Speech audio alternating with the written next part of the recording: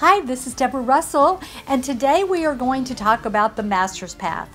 Understanding the Master's Path has been one of the most important insights I've been able to utilize, both for myself and for my clients, to help create long-term success and fulfillment.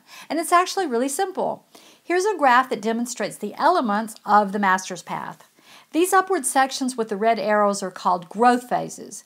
These are the times when we really feel the growth. A metaphor I like to use is takeoff when we're flying. At least from a sensation perspective, you can feel the motion, you can feel the movement.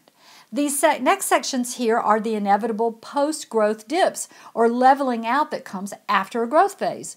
For the non-master, this dip can be a real shock, and it can feel like a letdown or disappointment. This next section here is the progress phase, which is how we really get to our destination. Of course, takeoff's necessary, but the majority of the trip is the time you're going cross-country, for example, if you were going from LA to New York. But you don't necessarily feel the progress. In an airplane, you can even feel like you're not moving at all. And at the end of a progress phase, there's another inevitable dip. But this one now is in preparation for your next growth phase. Using the airplane metaphor, we have to descend in order to begin another flight. Today, I'm going to share 3 different approaches people take who embark on a journey to get what they really desire: the Dabbler, the Stressor, and the Master. Now, most people enjoy the growth phases. We get excited and enthusiastic with what we're learning, and we're feeling that sensation of getting results. However, dabblers especially enjoy the growth phases. You might even say they get addicted to them, to the point that when they feel that inevitable post-growth dip that comes, they definitely feel that sense of a letdown, and they have very little patience for the progress phase that follows. So they begin to look for something else to do. The second approach is that of the stressor. Stressors, like dabblers, have little patience for the progress phase, but it shows up differently.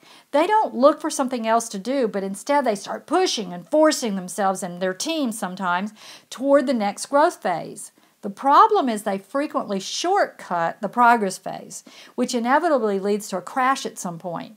Imagine you're trying to build a 10-story building but continually shortcut the ceiling of each floor, which of course is the foundation for the next level.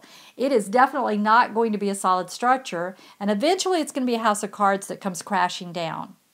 The third type of approach is someone committed to true mastery. Those who embrace the Master's Path by enjoying those growth phases, by anticipating and not being thrown off by the post-growth dip, by enjoying and maximizing the progress phase, and they're prepared to take a step back in preparation for the next growth phase. It's important to know, though, that if you are committed to long-term growth and success, the progress phase will be the most important one of these 4 to master. I learned really early on in my coaching career that helping my clients stay engaged and continually maximizing the progress phase is a critical element in coaching them to true success and fulfillment. Now, there are 3 elements I want to leave you with today to help you fully maximize the progress phase. Number 1, take time during this phase to work on small incremental improvements to what you're currently doing. Typically, there's no time for this during a growth phase, but often those small incremental improvements can make the biggest difference in your success. Number 2, deliberately apply and practice what you learned on the previous growth phase. If you take time to do this, you'll be amazed at how far you can go, and in the bigger picture, how much faster you can even get there. And number 3, you want to turn the most important learnings from the previous growth phase into your new normal, which means turning them into habits and systems to the point that this level and the behaviors that go with it become your new baseline. As a coach, my commitment is to supporting my clients in finding and experiencing true success and fulfillment in their lives and their business. And the Master's Path is just one method by which you can do just that. Enjoy it, use it, and spread the word. Signing off, this is Debra.